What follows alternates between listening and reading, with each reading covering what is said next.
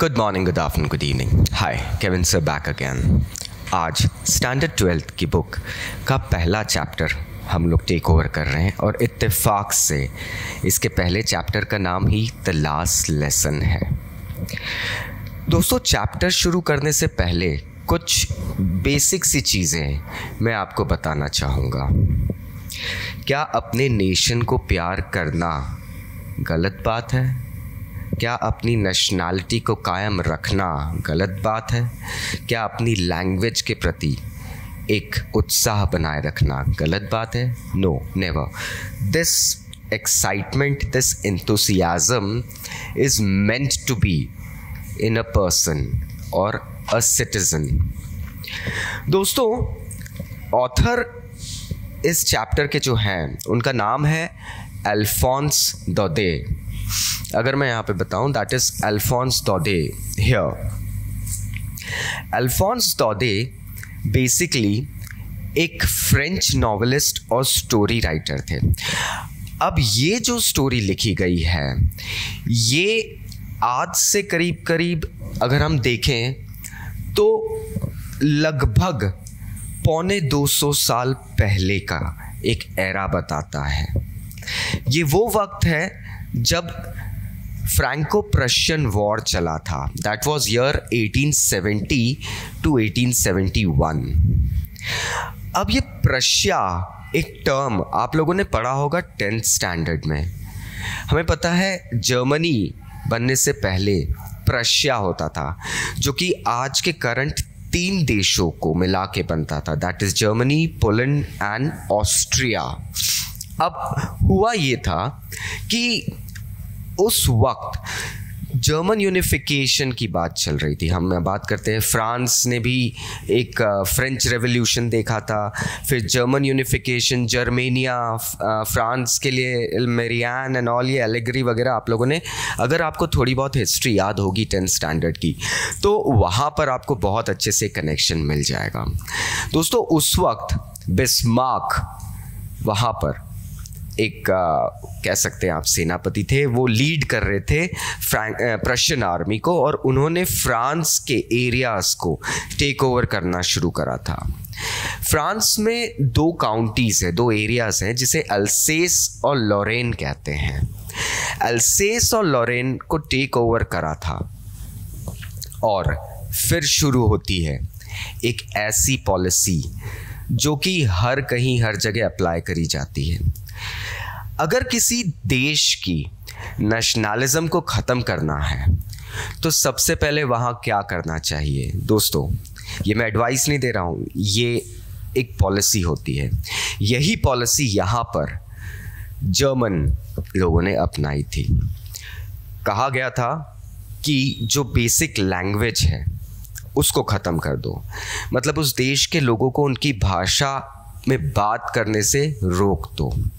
वहाँ का basic education है वो ख़त्म कर दो।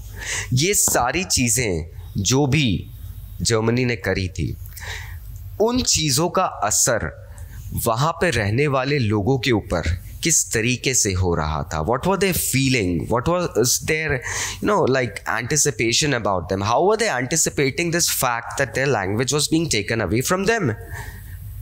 किस तरीके से वो अपनी नेशनैलिटी को गिव अप नहीं करना चाहते हुए भी गिव अप कर रहे थे। It's all about this story. एक छोटे से बच्चे की कहानी यहाँ पे बताते हैं अल्फोंस। एक छोटा सा बच्चा है जिसका नाम इत्तेफाक से फ्रांस बताया गया है। अब यहाँ पे भी आप एक एलिगरी देखेंगे। देखिए, फ्रांस और फ्रांस नाम सेम दिया गया है, तो एक छोटा सा बच्चा बताया गया है। कहानी के अंदर आपको बहुत अच्छे से एक एलिगरी मिलेगी, एक सिमिली मिलेगा, जिसमें कि बताया गया है कि एक देश है और साथ ही एक बच्चा है। तो सबसे पहले we need to clarify the fact, और इसको बहुत इम्पॉर्टेंटली आप नोट कर लीजिएगा, क्योंकि होगा ये कि फ्रांस जो है वो एक कंट्री के साथ साथ एक लिविंग, एक यंग चाइल्ड है। अब क्या फीलिंग्स चेंज हो रही है, क्या बदलाव आ रहे हैं, वो थोड़ा सा वो बच्चा जो फील कर रहा है, वैसे ही बताया गया है कि वो कंट्री भी क्या फील कर रही थी। मौसम बड़ा सुहाना था, एक लवली डे था, सुबह सुबह फ्रांस के नरेशन में बताया गया है। ये कहानी एक तरीके से एक मोनोलॉग है, बट इसमें हाँ कहीं ना कहीं बताया भी गया है कि डायलॉग कोई क्या कह रहा है। तो ये first person point of view की स्टोरी है दोस्तों। फ्रांस सुबह सुबह सो के उठता है। स्कूल जाने की इच्छा तो होती नहीं है क्योंकि दिन बड़ा सुहाना है, सूरज अच्छे से एक अपनी सुहानी सी धूप दे रहा है। पैदल जाने का था, कस्बे रहते थे उस वक्त, तो कोई ऐसी स्कूल बसेस वगैरह का ट्रेंड तो था नहीं। स्कूल जाने का वक्त हो रहा है, लेकिन मौसम इतना सुहाना था कि स्कूल से आज बंक करने का मूड हो जाता है, क्योंकि दूर उसे रशियन आर्मी वाले मार्च करते हुए दिखते हैं।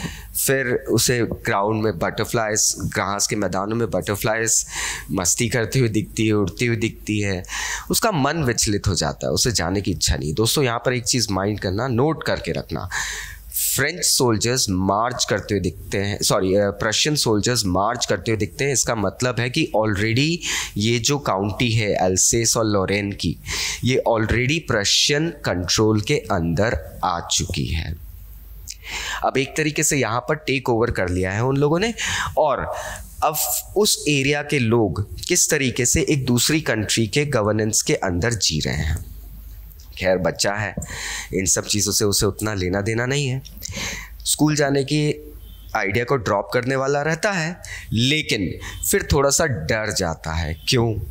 कि अगर शाम को कोई मेरे घर वाले अगर हमारे हेडमास्टर से मिल लिए, हमारे टीचर जो हैं, क्योंकि अक्सर क्या होता है छोटे कस्बों में एक छोटा स्कूल होता है, बच्चे वहाँ जाके पढ़ते हैं। हर गांव वाले को, हर कस्बे वाले इंसान को हेडमास्टर साहब जानते हैं, और हेडमास्टर साहब को भी सब लोग जानते हैं। अगर कोई बच्चा ऐसे में बंक करे तो it is very easy to recall and ask कि why did your son not turn up to the school today. अब ये सब बातें निकल के आती तो हमारा फ्रांस थोड़ा सा डर जाता है दोस्तों, और इस डर के कारण फिर वो स्कूल नहीं जाने का आइडिया ड्रॉप कर देता है। एक और रीज़न था ये स्कूल नहीं जाना चाहता था, क्योंकि आज वहाँ पर फ्रेंच ग्रामर का एक टेस्ट होने वाला था, प्रोबेबली एडजेक्टिव्स, एंड फ्रांस को उसका ए भी नहीं आता था इस रीज़न से। और भैया छड़ी से मार पड़ेगी, क्योंकि एम हैमल एक आयन की एक छड़ी लेके रखते थे अपने हाथ में बच्चों को थोड़ा सा डांटने के लिए। Now what happens is कि इस आइडिया को ड्रॉप करके वो डर के मारे फिर भी स्कूल जाता है, और ये सोचता है कि थोड़ा लेट तो हो रहा हूँ, पहुँच जाऊँगा। स्कूल पहुँचने के पहले एक वाकया होता है, एक टाउन हॉल होता है। अक्सर हम देखते हैं कि कस्बों में एक टाउन हॉल होता है, मेन सेंटर, जिसे टाउन सेंटर भी कहा जाता है। वहाँ पर जो भी इंफॉर्मेशन, जो भी कुछ ऑफिशियल इंफॉर्मेशन पब्लिसाइज करना रहती है, वो एक नोटिस बोर्ड पे लगा दी जाती है, और लोग वहाँ पर आकर वो इंफॉर्मेशन पढ़ लेते हैं, क्योंकि सेंट्रल हॉल है, टाउन सेंटर है, everybody would be passing by and then hence they would be getting the news. So France भी उस एरिया को क्रॉस करता है और वहाँ पर देखता है कि एक नोटिस बोर्ड पे कुछ खबर लगी होगी, लोग भीड़ बना के बैठे हैं। फ्रांस सोचता है कि क्या यहाँ पर भीड़ बना के लोग खड़े हुए हैं, why are they standing over there? Why? Because all the bad news have come through this notice board itself. आज तक, अभी तक, जब से हमको प्रशिया ने टेक ओवर करा है हमारी काउंटीज़ को, हमारे एरिया को, तब से जितनी भी खबरें आ रही है, सब खराब खबरें, जो भी बुरी खबरें आ रही है, इसी बुलेटिन बोर्ड के थ्रू तो आ रही है। तो क्यों इस बुलेटिन बोर्ड को पढ़ना, इतना टाइम वेस्ट करना, वहाँ पे वो नोटिस पढ़ के आना। चलो उतने में कोई फ्रांस को टोकता है और कहता है, लिटिल बब, कहाँ जा रहे हो भाई तुम, इतनी जल्दी क्या है तुम्हें? बोलता नहीं मुझे स्कूल जाना है। तो उसे फिर जवाब मिलता, अरे अब तो तुम्हारे पास वक्त ही वक्त है, इतनी जल्दी भी क्या है। उस वक्त फ्रांस समझता है कि वो लेट हो गया, तो उसका मजाक उड़ाया जा रहा है और वो स्कूल की तरफ भागने लगता है। वो इस आइडिया को ड्रॉप कर देता है। स्कूल पहुंचने के लिए उसने एक आइडिया बनाया था कि क्लास में बहुत शोरगुल मचा रहेगा, मैं धीरे से मिस्टर हैमिल बोर्ड पे कुछ लिखते रहेंगे, मैं धीरे से घुस के पीछे की तरफ होके बैठ जाऊंगा, कोई नोटिस नहीं करेगा, मिस्टर हैमिल भी नोटिस नहीं करेंगे, मिस्टर एम हैमिल जो उनके टीचर थे। अब ये सब सोचते सोचते फ्रांस जल्दी जल्दी दौड़ते भागते हाँफते हुए स्कूल पहुंचता है। दोस्तों, स्कूल पहुंचने पे एक इत्तेफाक होता है।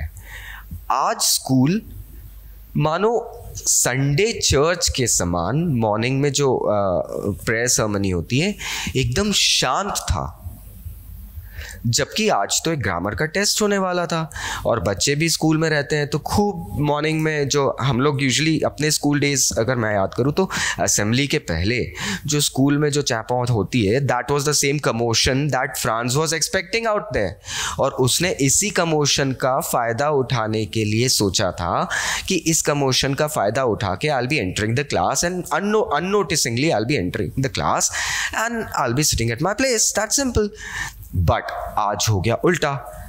आज तो पूरे स्कूल में सन्नाटा पसरा हुआ था। फ्रांस को लगता है आज अजीब बात क्या है। डरते डरते वो क्लासरूम तक पहुंचता है और देखता है कि दरवाजे पे वो खड़ा है और मिस्टर हैमिल उसकी तरफ देखते हुए बोलते हैं, अच्छा हुआ फ्रांस तुम आ गए, नहीं तो हम तुम्हारे बिना ही आज लेसन शुरू करने वाले थे।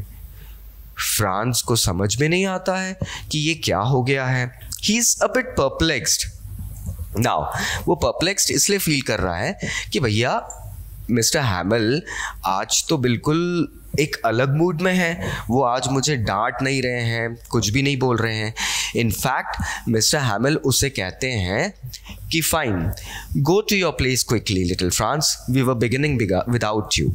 अब एकदम से फ्रांस को लगता है कि आज तो कुछ अजीब बात है, आज मिस्टर हैमिल ने एकदम से अपना रूप बदल क्यों लिया है, कहीं ये बाद में मेरी पिटाई तो नहीं करेंगे। अरे बाप रे, मुझे एडजेक्टिव्स का तो कुछ आता ही नहीं, मुझे ग्रामर का तो कुछ पता ही नहीं है। अब ठीक है, मैं जैसे तैसे कूद के अपनी बेंच के ऊपर से कूद के डेस्क पे जाके बैठा। अब वहाँ पर जाके मैंने एक और चीज़ नोटिस करी, एक और झटका लगता है फ्रांस को। आज मिस्टर हैमिल अपने एक ग्रीन कोट और अपनी फ्रिल्ड शर्ट के साथ थे और एक ब्लैक सिल्की कैप भी पहनी हुई थी। ये ड्रेसेस ऐसी थी, ये एक ऐसी ड्रेस थी जब यूजुअली या तो मिस्टर एम हैमिल चर्च जाने लगेंगे किसी सेलिब्रेशन के लिए, या कोई त्योहार हो, या स्कूल में किसी का इंस्पेक्शन होने वाला हो, अथॉरिटीज़ आती इंस्पेक्शन के लिए। नाउ ये सारी चीज़ें होने लगी और उसे बहुत अजीब सा लगने लगा।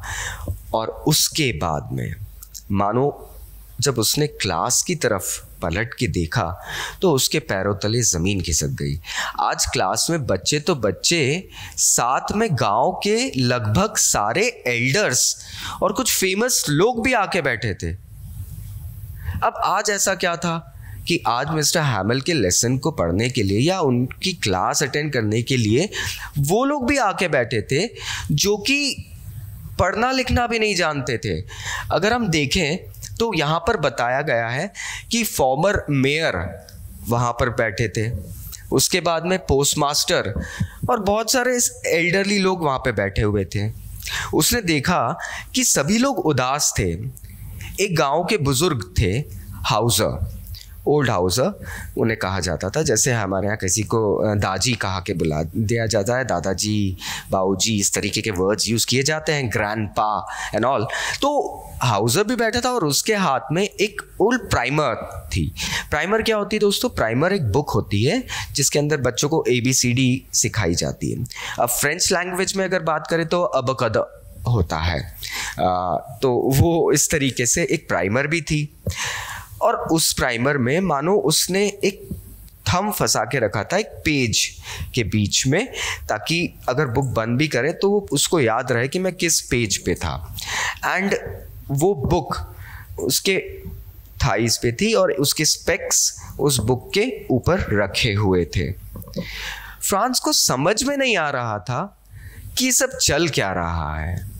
तभी मिस्टर एम हैमिल की सेम जेंटल और स्ट्रॉन्ग ग्रेव आवाज आती है। वो कहते हैं, my children, this is the last lesson I shall give you. The order has come from Berlin to teach only German in the schools of Alsace and Lorraine. The new master comes tomorrow. This is your last French lesson. I want you to be very attentive. M. Hamel के ये words जो थे वो France के लिए एक thunder clap थे। दोस्तों, ये बड़ा इंपॉर्टेंट क्वेश्चन है, कभी कभी बोर्ड्स में आ भी जाता है। ये एक थंडर क्लैप थे, मतलब मानो बिजली कड़क गई हो।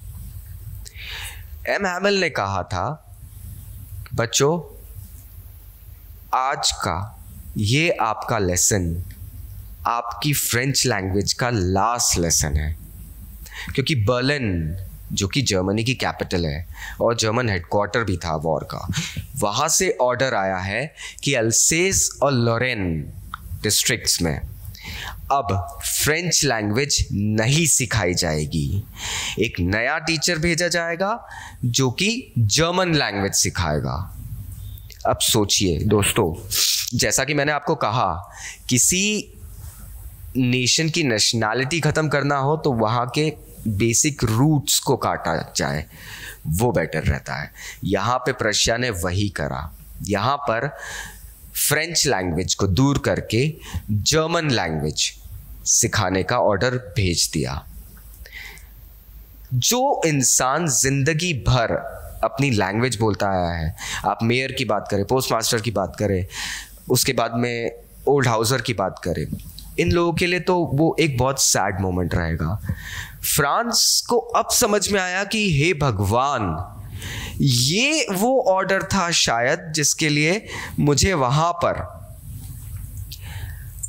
कोई कह रहा था कि अब तुम्हें जाने की कोई जल्दी नहीं है, तुम्हारे पास बहुत टाइम है, तुम्हारा फ्रेंच का अगर एग्ज़ाम भी है या टेस्ट है आज ग्रामर का तो कोई मतलब नहीं है। तब उसे समझ में आता है कि आज वहाँ पर टाउन हॉल पे ये वाला एक नोटिस लगाया गया था। फिर सडनली उसके अंदर एक उत्तेजना पैदा होती है। He suddenly feels a sort of anguished. उसके अंदर एक एंग्जाइटी आ जाती है कि लास्ट लेसन क्यों? मैंने आज तक तो अपनी लैंग्वेज को ढंग से समझा नहीं है, मैं उसे ढंग से पढ़ नहीं पाता हूँ, मैं उसके बेसिक ग्रामर एटिकेट समझ नहीं पाता हूँ, फिर भी मैं इसको अपना लास्ट लेसन क्यों समझूं? और आज तक मैंने जो बुक्स जो मुझे वजनी लगती थी, जो मुझे चैप्टर्स समझ में नहीं आते थे, इत्तेफाक से अब मुझे ऐसी फीलिंग क्यों आ रही है कि मैं इनको छोड़ना नहीं चाहता, मैं इन्हें जाने नहीं देना चाहता हूँ। You know friends, there is a big proverb. It says that fear of loss is greater than joy of gaining something. यहाँ पे वो बिल्कुल इनकम्पनसेट हो रहा है, बिल्कुल अप्लाई हो रहा है। जो चीज़ हमारे पास हमेशा रहती है उसकी कदर नहीं रहती है। जब वो चीज़ छूटने लगती है ना, तब हम उसे और कस के पकड़ने की कोशिश करते हैं। सेम फिनोमेना फ्रांस के साथ हो रहा था। He was actually going ahead and not understanding what it should do. He was not giving up. His mind, his heart was suddenly not accepting the fact. वो ये फैक्ट को accept नहीं कर रहा था कि मेरी language, mother tongue, national language कह सकते हैं। फ्रेंच रेवोल्यूशन में आपने 10th में पढ़ा कितने एफर्ट्स किए गए थे फ्रांस को यूनाइट करने के लिए, एक नेशनलिज्म की फीलिंग लाने के लिए, और इतनी आसानी से कोई उसको ऐसे 2 मिनट में ख़त्म कर देगा। This is something very wrong. अब ये सब चीज़ें मुझे बहुत बुरी लग रही थी, और ये किस तरीके से हो रहा था, ये सब चीज़ों में मैं ये भूल गया कि मैं एम हैमेल साहब से डर रहा था कि वो मुझे मारेंगे, वो इतने क्रैंकी हैं, उनके रूलर से मुझे बहुत डर लगता है। ये सारी चीज़ें तो मैं लगभग भूल ही गया था, और मुझे अब सडनली ये भी फील होने लगा था कि अब शायद मैं मिस्टर एम हैमेल से कभी मिल भी नहीं पाऊंगा। Again fear of loss. कहीं ना कहीं वो इंसान फ्रांस की लाइफ का एक पार्ट बन गया था। आज के बाद उस इंसान को मैं कभी नहीं देख पाऊंगा। ये वो इंसान है जिसने लगभग अपनी लाइफ के 30+40 इयर्स दे के रखे हैं इस स्कूल में। हमारे डिस्ट्रिक्ट की पीढ़ियां मिस्टर एम हैमिल के थ्रू पढ़ के निकली है, और अब ये इंसान जो हमें हमारी लैंग्वेज की वैल्यू समझाया करता था, हमारी लैंग्वेज पढ़ाता था, वो इंसान अब सडनली चले जाएगा। और दोस्तों होता भी ऐसे ही था। During the war, what was happening during the Prussian war, they used to take up the intellectual, जिसे हम इंटेलिजेंशिया कहते हैं, इंटेलिजेंट लोग जो होते हैं, उनको ले जाओ और ख़त्म कर दो, so that they may not be able to teach somewhere else as well. सोचिए, यही फ्रांस सोच रहा था, poor man. It was in honor of his last lesson that he had put on his fine Sunday clothes, and now I understood. अब मुझे समझ में आया एम हैमिल साहब ने क्यों आज इतने फाइन क्लोथ्स पहने थे, क्यों आज विलेज के सारे ओल्ड मैन, फेमस लोग वहाँ पर आके बैठे थे, क्यों सब इतने उदास थे। They were showing their respect to Mr. M. Hamill, जिसने अपनी लाइफ के 40+ years इस स्कूल में निकाल दिए थे। मैं इतनी सब उधेड़ बुन में चल रहा था, मेरे दिमाग में ये सारे थॉट्स एकदम फ्लैश कर रहे थे, आ रहे थे, जा रहे थे, and everything was going on. Suddenly मुझे अपने कानों में अपना नाम सुनाई देता है। मुझे कहा जाता है कि अब मैं जो लेसन है वो रिसाइट करूं। हे भगवान, फ्रेंच ग्रामर लेसन टेस्ट अब मुझे याद आता है। मैं क्या सोचूं, मुझे पार्टिसिपल और उनके रूल्स के बारे में तो मुझे कुछ पता ही नहीं था, एंड मुझे अब सब पढ़ना था, वो भी बिना किसी गलती के। मैंने कोशिश करी पढ़ने की, लेकिन मैं प्रोबेबली 1-2 वर्ड पढ़ा और उसके बाद में मैं अटक गया, मैं पढ़ ही नहीं पाया। मैं अपनी डेस्क पे जड़वत खड़ा रह गया। I was just perplexed. I stood still on my desk. I couldn't read anything. I was all blank. And I was ready to be beaten by Mr. M. Hamill और उनकी वो रॉड। लेकिन M Hamel कहते हैं, I won't scold you, little France. You must feel bad enough. See how it is. Every day we have said to ourselves, I've plenty of time. I'll learn it tomorrow. And now you see where we have come out. Mr Hamel कहते हैं कि France, मैं तुम्हें नहीं डांटूंगा। ये हम लोगों ने बहुत पहले से सुधार लेना चाहिए था। हम लोग आज का काम कल पे टालते हुए आए हैं कि अरे बहुत टाइम है, आज नहीं कल कर लेंगे, and all sort of things. Now what happens is that यहां पर एम हैमिल फिर से एक चीज रिकलेक्ट करते हैं। वो कहते हैं ये गलती तुम्हारी नहीं है, ये गलती एक्चुअली पूरे अल्सैस के रहने वाले लोगों की है। हमारे डिस्ट्रिक्ट के रहने वाले लोगों की आदत है कि वो आज को सीखने वाला काम हमेशा से अगले दिन पे टालते आए हैं, और ये चीज के कारण सामने वाले को हमने हक दे दिया है एक चीज इमेजिन करने का और कहने का कि तुम लोगों के पास तो तुम्हारी लैंग्वेज ही नहीं है, तुम लोग अपनी लैंग्वेज जानते ही नहीं हो, तो फिर तुम अपने आप को फ्रेंच नेशनल्स कैसे कह सकते हो। ये सारी बातें फ्रांस को पिन के समान चुभ रही थी। इनफैक्ट एम हैमिल ये कहते हैं कि यहां पर सिर्फ तुम्हारी गलती नहीं है फ्रांस, यहां पे गलती उन पेरेंट्स की भी है जो अपने बच्चों को स्कूल में अपनी लैंग्वेज सीखने के लिए भेजने से बेटर फील्ड्स में, वाटर मिल्स में काम करने के लिए भेजना ज़्यादा पसंद करते हैं। ये उन पेरेंट्स की गलती है जिन्होंने कभी वैल्यू नहीं समझी कि हमारे बच्चों को फ्रेंच लैंग्वेज आनी चाहिए, हमारी नेशनल लैंग्वेज आनी चाहिए, हमारी नेशनैलिटी कभी खतरे में पड़ गई तो क्या होगा।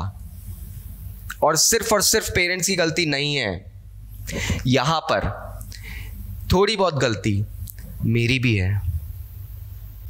क्यों? क्योंकि जब मुझे फिशिंग जाना होता था, जब मुझे अपने पर्सनल काम पे जाना होता था, उस दिन मैं स्कूल की छुट्टी कर दिया करता था। मैं भी कहीं ना कहीं उतना ही दोषी हूं। Even I am the culprit, you know, I am equal culprit, I am partner in the crime. Mr M Hamel बहुत ही दुख के साथ, लेकिन रेज के साथ, एनरेज्ड होके, जस्ट इमेजिन एक पर्सन के अंदर गुस्सा है लेकिन वो दुखी है। एम हैमिल उस टोन में यहां पर ये बातें कहते हैं। नाउ एम हैमिल फ्रेंच लैंग्वेज के बारे में कहते हैं कि ये प्रोबेबली दुनिया की सबसे खूबसूरत लैंग्वेज है। वॉवल्स को किस तरीके से एम्फसाइज करके बोला जाता है। इनफैक्ट अगर आप में से किसी स्टूडेंट ने फ्रेंच ऑप्ट करके रखी एज एन ऑप्शनल लैंग्वेज, तो आपको समझ में आएगा कि फ्रेंच लैंग्वेज में किस तरीके से आप वहाँ पे कॉनोनेशंस, एनोनेशंस वगैरह लगाते हैं, और लैंग्वेज के ऊपर किस तरीके से कर्व्स वगैरह लग के वर्ड्स का टर्म बदल जाता है, इस तरीके से जो भी टर्म्स बनते हैं, these all are like things. तो एम हैमिल कहते हैं it is the clearest and most logical language that has been with us and we must never forget it, because ये लाइन बड़ी इंपॉर्टेंट है। When a people are enslaved, as long as they hold fast to their language, it is as if they had the key to their prison. I remember while checking the 12th board English copies last year, I saw this question in all the 4 sets. So this is very important. ये line बड़ी important है। इस line में बहुत clearly कहा गया है कि जब लोगों को गुलाम बनाया जाता है, जब तक वो अपनी लैंग्वेज को अपने से जोड़े रखेंगे, तब तक उनके पास आज़ादी का एक जरिया रहेगा। क्योंकि एक लैंग्वेज ही है जो लोगों को जोड़े रखती है। हम कभी फॉरेन ट्रिप पे जाते हैं और वहाँ पर अगर हमको कोई हमारी भाषा में बात करने वाला मिल जाता है, मैं कोई फिक्स या स्पेसिफिक लैंग्वेज नहीं कहूँगा दोस्तों, क्योंकि हमारा इंडिया एक बायलिंगुअल, मल्टीलिंगुअल इनफैक्ट स्टेट है, तो यहाँ पर अलग अलग बात होती है। Just imagine a Punjabi going to you know like England and meeting a Punjabi and speaking in Punjab, Gurmukhi. That is a lovely moment. A Tamil person going to Japan, वहाँ पर उसको कोई तमिल बोलने वाला मिल गया, वाह, उसके लिए एक अलग फैक्ट हो जाएगा। So this is what happens out there. अब उसके बाद में एम हैमिल साहब ने ग्रामर की बुक खोली और हमें पढ़ाना शुरू करा। फ्रांस कहता है कि मैं आश्चर्य में था, आई वॉज एस्टोनिश्ड कि मैं कितने अच्छे से आज उस चैप्टर को समझ पा रहा था, जिस ग्रामर से मैं हमेशा कटता बचता आया हूँ। अक्सर सारे स्टूडेंट्स भी करते हैं ऐसा, बट व्हाट हैपेंस इज कि आज फ्रांस को वो सारी चीज़ें बहुत ईजिली समझ में आ रही थी।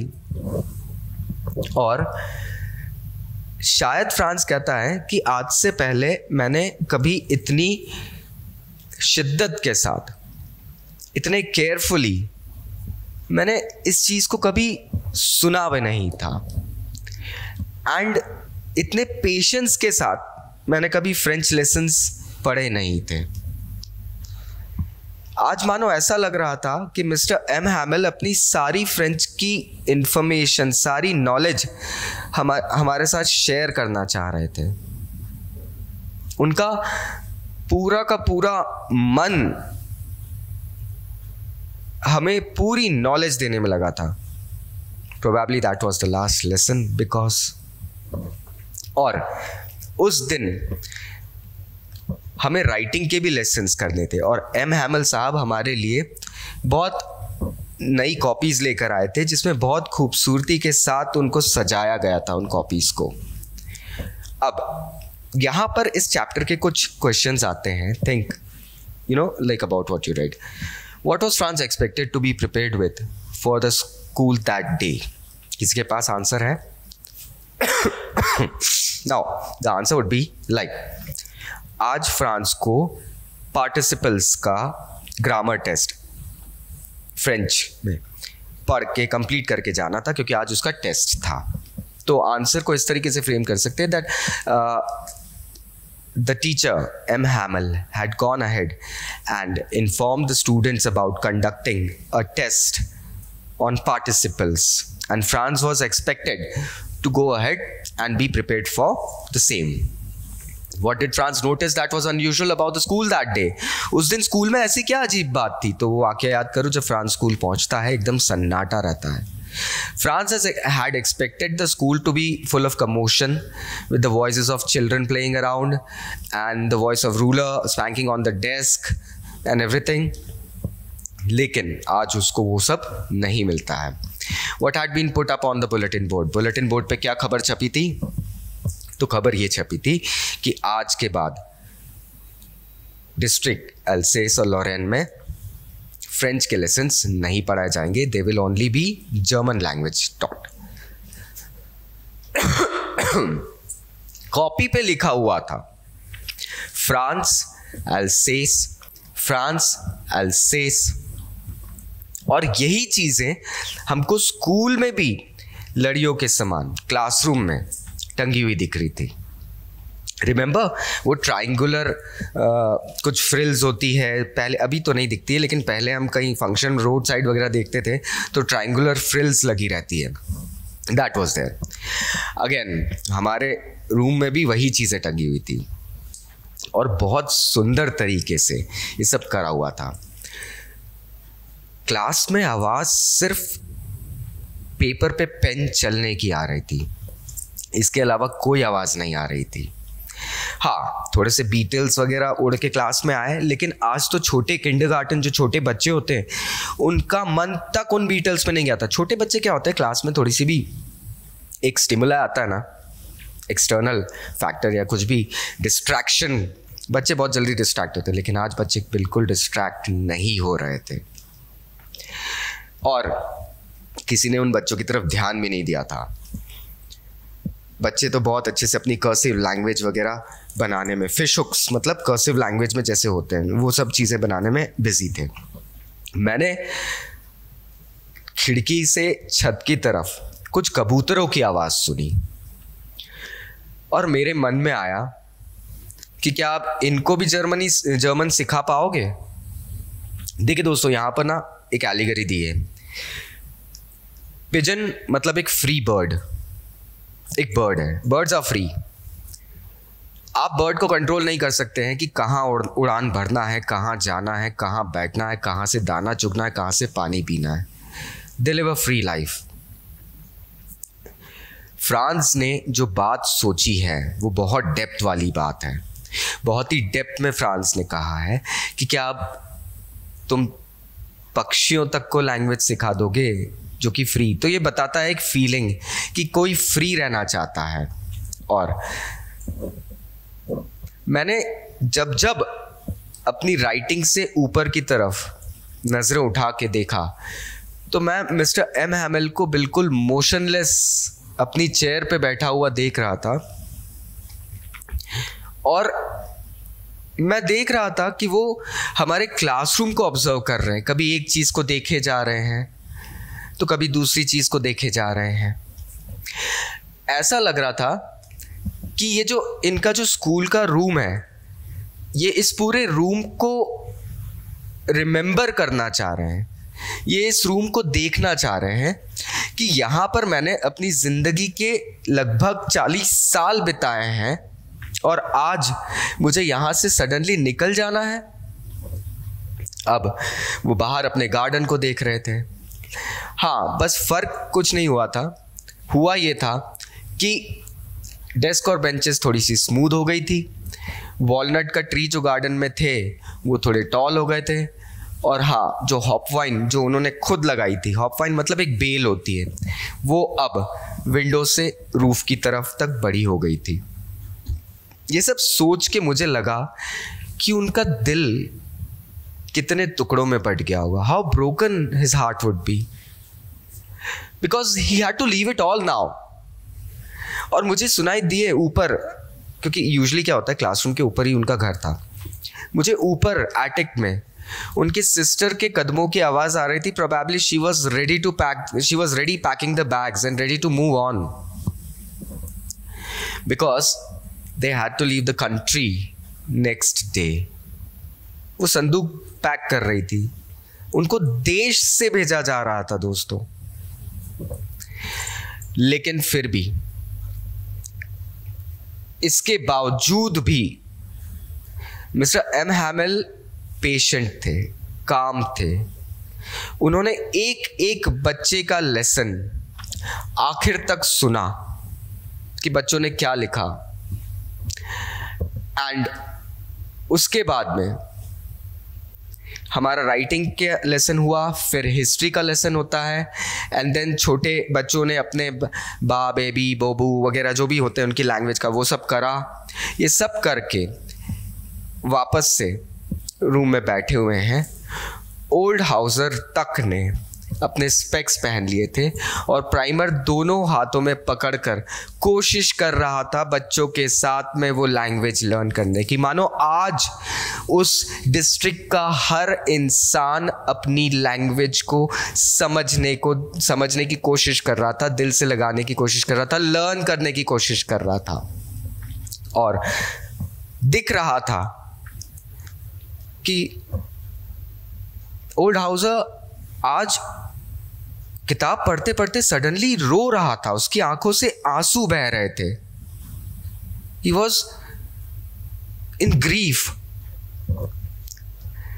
उसकी आवाज ट्रेम्बल हो रही थी इमोशंस के कारण, और लग रहा था कि बहुत फनी है, ये क्यों ऐसे बैठ के रो रहा है। लेकिन अब समझ में आया कि अरे ये तो पूरा लास्ट लेसन है हमारा, इस कारण से वो बैठ के रो रहा है। आज के बाद हम कभी ये लैंग्वेज पढ़ नहीं पाएंगे। अचानक चर्च बेल बजती है।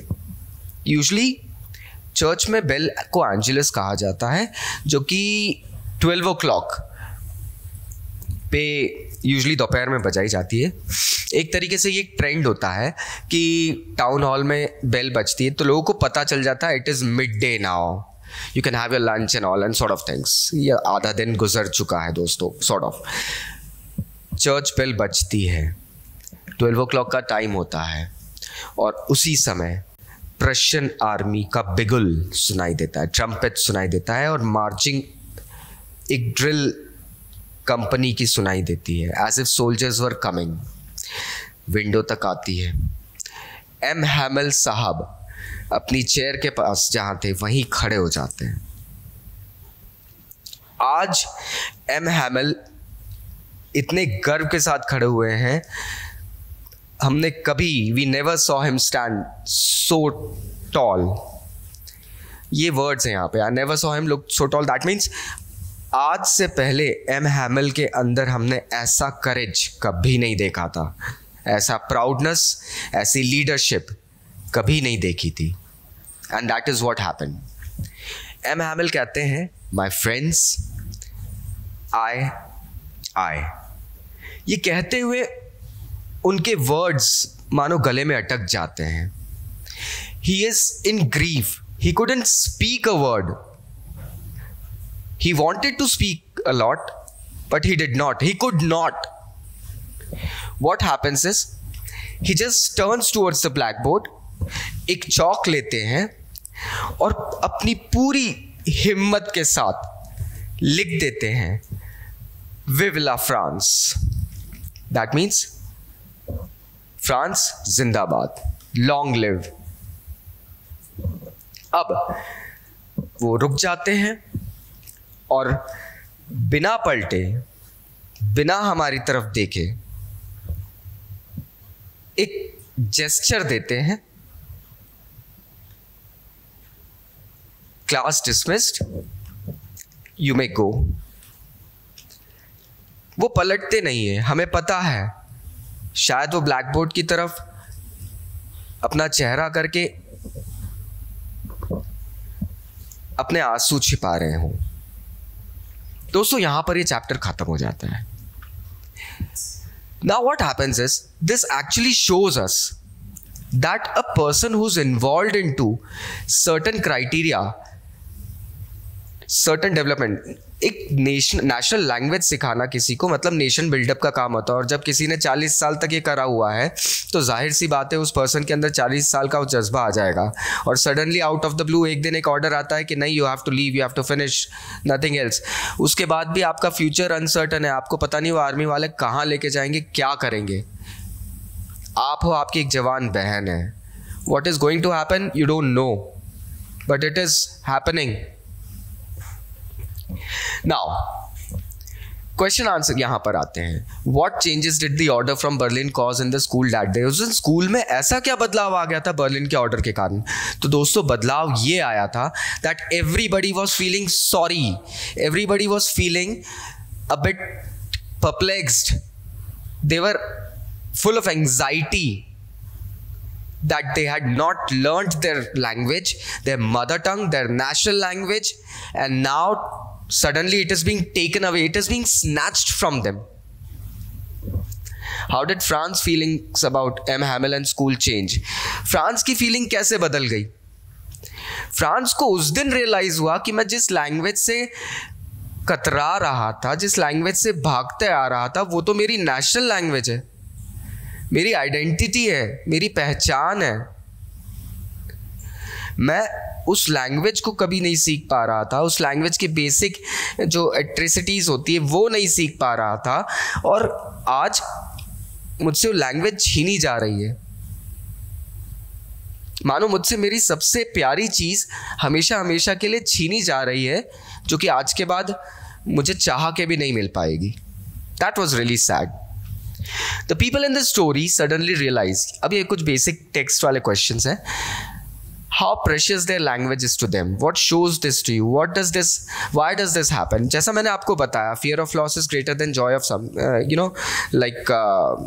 gaining something, जिसको आज की डेट में हम लोग 2 साल से कॉपीज में चेक कर रहा हूँ, फोमो भी कहते हैं, fear of missing out। तो ये फोमो सिंड्रोम जो है ना, ये काफ़ी हद तक यहाँ अप्लाई हो रहा है, और ये फोमो ही था। अगर आप फोमो भी लिख कर आएंगे friends, there is nothing wrong in that, we will provide you marks, there is nothing wrong. ये फियर ऑफ मिसिंग आउट जो था ना, उस कारण से लोग यहां पर और ज्यादा इन्वॉल्व हो गए थे कि हम कहीं हम रह नहीं जाए, आज क्या बताने वाले हैं, लास्ट लेसन है उनका, चलो। That was what was happening in this story. France thinks, will they make them sing in German, even the pigeons? What could this mean? जैसा मैंने आपको समझाया है कि फ्रांस के मन में गुस्सा था कि क्या आप हम लोगों को तो काबू में करने की कोशिश कर रहे हो, हम लोगों से तो लैंग्वेज छीन के जबरदस्ती एक लैंग्वेज सिखा रहे हो, लेकिन क्या ये आजादी तुम इन पक्षियों से भी छीन के दिखा पाओगे, जिन्होंने कभी किसी की गुलामी में नहीं रहना सीखा? अक्सर देखना पिंजरे में पक्षी मर जाते हैं, and that is what was happening over here. इसके एक से ज्यादा आंसर्स भी हो सकते हैं, and there is nothing wrong in that. When a people are enslaved, as long as they hold fast to their language, it is as if they had the key to their prison. Can I think of examples in history where conqueror people had their language taken away from them or had their language imposed on them? ज़्यादा पीछे जाने की ज़रूरत नहीं है। इसी Franco Prussian war के पहले की बात है, नेपोलियन बोनापार्ट ने भी सेम चीज़ करी थी। जब फ्रेंच रेवोल्यूशन चला था तो पूरे यूरोप को एक तरीके से फ्रेंच लैंग्वेज सिखाने का भूत नेपोलियन बोनापार्ट साहब पे भी चढ़ा था। उन्होंने भी बहुत सारी ऐसी काउंटीज़ को अपने अंडर में कर लिया था और फ्रेंच लैंग्वेज को कंपल्शन बना दिया था दोस्तों। So what goes round comes round वाली बात होती है कहीं ना कहीं। So there is an example, what happens to a linguistic minority in a state, how do you think they can keep their language alive? Linguistic minority का मतलब होता है, लिंग्विस्टिक मतलब भाषा के ऊपर बेस्ड, माइनॉरिटी मतलब अगर हम बात करें तो एक छोटे लोगों का दल। अब लिंग्विस्टिक माइनॉरिटी को हमेशा अपनी कम्युनिटी में रहना पसंद आता है, क्योंकि they cherish the language. And how do they do that? तो देखो, जैसे आप अलग अलग सिटीज़ में जाके देखो तो आप देखेंगे, जैसे बंगाली क्लब है, Calcutta, West Bengal is a beautiful place, part of India. अगर हम नोटिस करें तो वहाँ पे भी, वहाँ के लोग पूरे इंडिया में जहाँ पे भी जाके रहते हैं, वो अपनी कम्युनिटी के कुछ ग्रुप्स बना लेते हैं। Not just West Bengal but और भी, Kerala, Tamil, Telugu, Kannada and all people actually go ahead and form their groups. This is how they go ahead and keep their, like things alive. देखिए, जैसे example, Punjabis in Bangalore, Tamilians in Mumbai, Kannadigas in Delhi and Gujaratis in Calcutta. Reason मैंने आपको दिया।